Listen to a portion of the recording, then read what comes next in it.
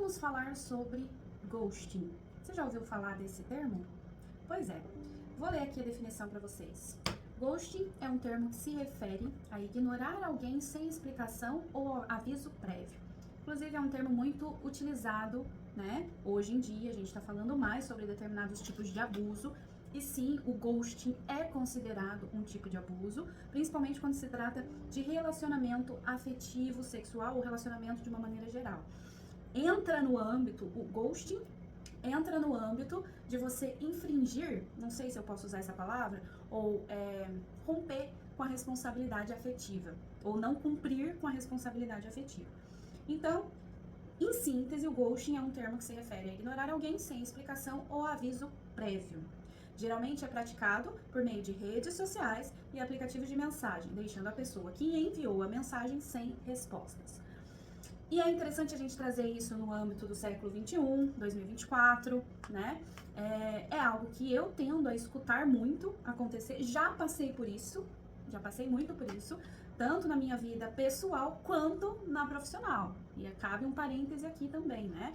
Falando de psicologia, falando de serviços, de prestação de serviços, às vezes a gente passa por isso. Inclusive, recentemente eu passei e tenho visto, isso é muito comum.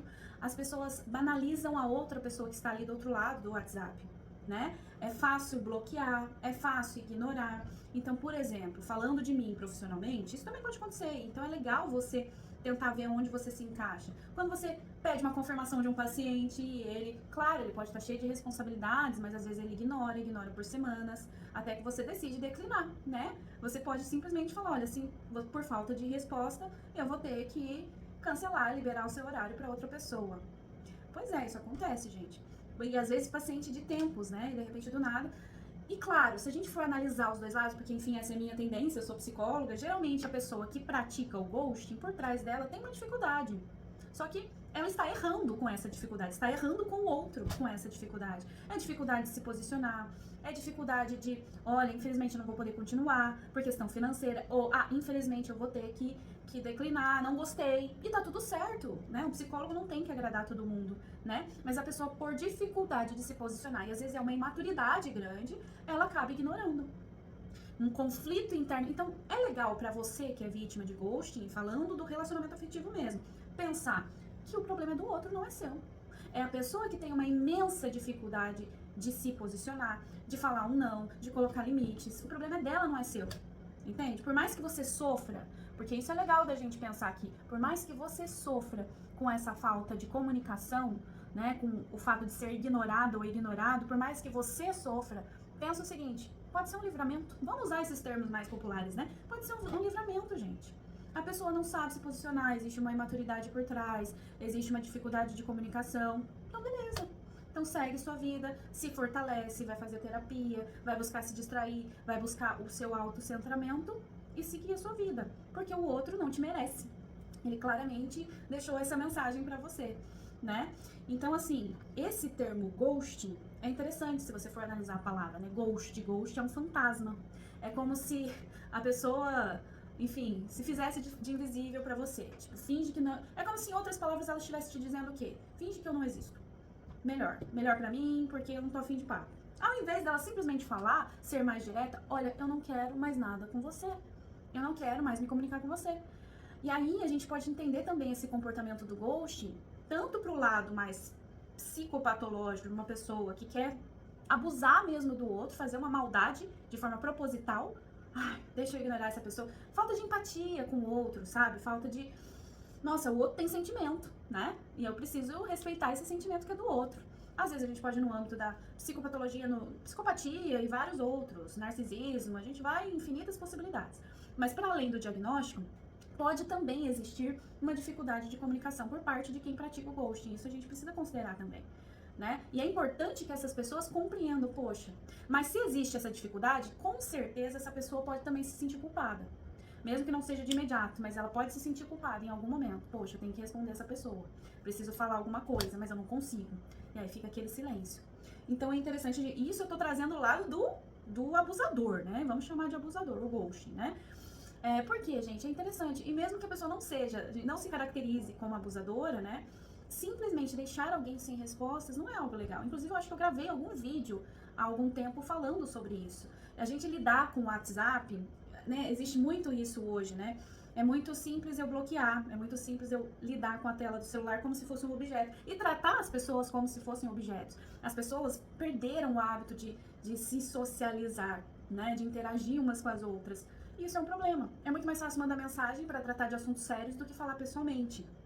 E isso é um grande problema na maioria dos relacionamentos. É o que mais me aparece aqui no consultório, né? As pessoas terem problemas de comunicação, inclusive não só em relacionamento afetivo sexual, em pessoas mesmo com problemas de socialização, preferirem tratar por WhatsApp, sendo que poderia falar pessoalmente. E estou falando também de novas gerações. Então é legal a gente pensar que o WhatsApp não é só uma tela, tem alguém ali do outro lado. E nesse outro vídeo que eu gravei há algum tempo, eu até fiz uma associação. Pensa que o WhatsApp é uma pessoa, tem uma pessoa por trás desse WhatsApp. Faz de conta que essa pessoa está na sua frente, não é o WhatsApp, não é o celular. Pensa o seguinte, a pessoa te fez uma pergunta, você olhou para a pergunta, decidiu não responder. Imagine como se essa pessoa estivesse na sua frente. Tipo, estamos interagindo e tal, batendo o maior papo e de repente a pessoa fala uma coisa que você não queria. E você não quer responder. Ao invés de você comunicar o outro, eu não quero te responder isso agora, eu não estou preparado para falar sobre isso agora, gostaria que você me respeitasse. Não. A pessoa simplesmente faz de conta que eu tô aqui, né? Com o WhatsApp pessoalmente. A pessoa falou, é como se você saísse. E deixasse a pessoa falando sozinha. Só que é diferente, né? Enfim, isso é um problemão de comunicação. Então tem N possibilidades. Só que o ghosting, se a gente for falar do abuso, deixa o ar da dúvida, né? Então, se a pessoa tem dificuldade, ela está abusando, ela está sendo abusiva. E é interessante a gente entender isso, até para as pessoas se estimularem a ficarem cada vez melhores, a não alimentarem esse comodismo. É confortável para mim não responder. Eu tenho dificuldade, então eu vou ficar sem falar nada. Não, gente, tem uma outra pessoa do outro lado que merece respeito, não é? Então, eu vou até trazer aqui um pouquinho mais do que eu achei, que eu encontrei sobre essa palavra, até a título de curiosidade. Mas, assim, o que eu tinha para tratar desse tema, eu trouxe aqui. Mas, ó, esse termo ghosting, né, que eles usam a palavra fantasma, né, enfim, a pessoa tá usando uma fantasia, né, para sumir, né, ele vem do inglês, a palavra ghost, que nem eu falei, e se popularizou no início dos anos 2000, com o aumento do uso das mídias sociais, aplicativos de namoro, passou a ser usado para descrever outras situações, como entre amigos, familiares, empregadores e empresas, que é essa associação que eu tô fazendo aqui com vocês. O ghosting pode causar efeitos negativos na saúde mental da pessoa que é vítima. Então é isso que eu tô trazendo pra vocês. Claro, eu falei do abusador, né? Então, assim, o fato de eu falar do abusador também ajuda as vítimas, né? Até pra elas entenderem que elas... Tudo bem, por mais que elas sejam vítimas nesse momento, se elas lançarem um olhar de compreensão pro abusador, então eu não quero estimular o abuso, tá, gente? Deixando bem claro. Mas se elas entenderem como o abusador pode estar funcionando, né? Desde o mais perverso, que aí ela tem que se afastar mesmo. Até a pessoa que tem essas dificuldades, ela pode se sentir um pouquinho melhor. Poxa, então eu não sou o problema é o outro mesmo, e eu tenho que me retirar mesmo, porque isso não é pra mim, né? Então, o fato de eu mostrar esse outro lado pode ajudar as vítimas também. Mas o mais importante é assim, se as pessoas, as vítimas, e a maioria delas não tem essa consciência, elas podem começar a se sentir mal, a se submeter, né? Enfim, sentirem justamente essa ideia de que eu não sou boa o suficiente, o problema sou eu, né? Enfim, o que eu fiz? Se sentirem culpadas desse silêncio, porque a culpa não é delas. Então tem N situações que pode acontecer com as vítimas. Isso vai... A gente tem infinitas possibilidades, porque cada pessoa funciona de um jeito, né? Mas a gente considera essa forma de abuso, o ghosting, como uma forma passivo-agressiva de crueldade ou abuso emocional. Então olha o peso que isso tem, né? Porque vamos lá, vamos pensar no perfil aí, que pode ser infinitas possibilidades do ghosting, né? Mas vamos pensar naquele perfil cruel. A pessoa tá lá conversando, tá incentivando a pessoa em relação ao afeto, porque surgiu em primeiro lugar voltado pros dates aí mais tecnológicos de Tinder e companhia limitada. Então, vamos pensar, tô alimentando e tal. De repente, nesse repertório, né, gente, isso é legal de pensar. A gente tem infinitas possibilidades ali. Tinder, tá. E a pessoa tá conversando com várias ao mesmo tempo. E de repente, aquela que ela tava conversando, não gostei, tal, deixa eu ver essa aqui, tá mais interessante. E começa a ignorar. Enfim, então a gente, nesse universo tecnológico, a gente tá dando cada vez mais voz para esses abusos acontecerem. E tem muita gente que não percebe que é um abuso. Então é por isso que é interessante a gente falar um pouquinho mais sobre isso, para esclarecer, né? Então, assim, o ponto principal aqui para as vítimas, além de entender esse perfil dessa pessoa, é entender que essa busca por você se afastar, se autocentrar, se fortalecer, estabelecer limites, mudar o foco, tirar o foco da pessoa, enfim, porque a gente entende que essa falta de resposta também é uma comunicação. Não é a melhor, não é a mais saudável, é um abuso e é legal você se conscientizar que é um abuso. Você estabelece, então tá bom, não quer me responder, vou cortar relações. De uma certa forma, eu até faço isso com os pacientes. Eu, peço respostas, dou oportunidade de responder. Falo uma, falo duas, fico em silêncio. E às vezes a pessoa tá ocupada. Se eu vejo que eu fico sem resposta por uma semana, a pessoa não me respondeu, beleza, eu já liguei o alerta. Na outra semana, que é a sessão da pessoa, a pessoa não, olha, sinto muito, mas eu tô te desligando, né? Enfim, inclusive eu coloco isso no meu contrato terapêutico. E, gente, por incrível que pareça, isso acontece muito.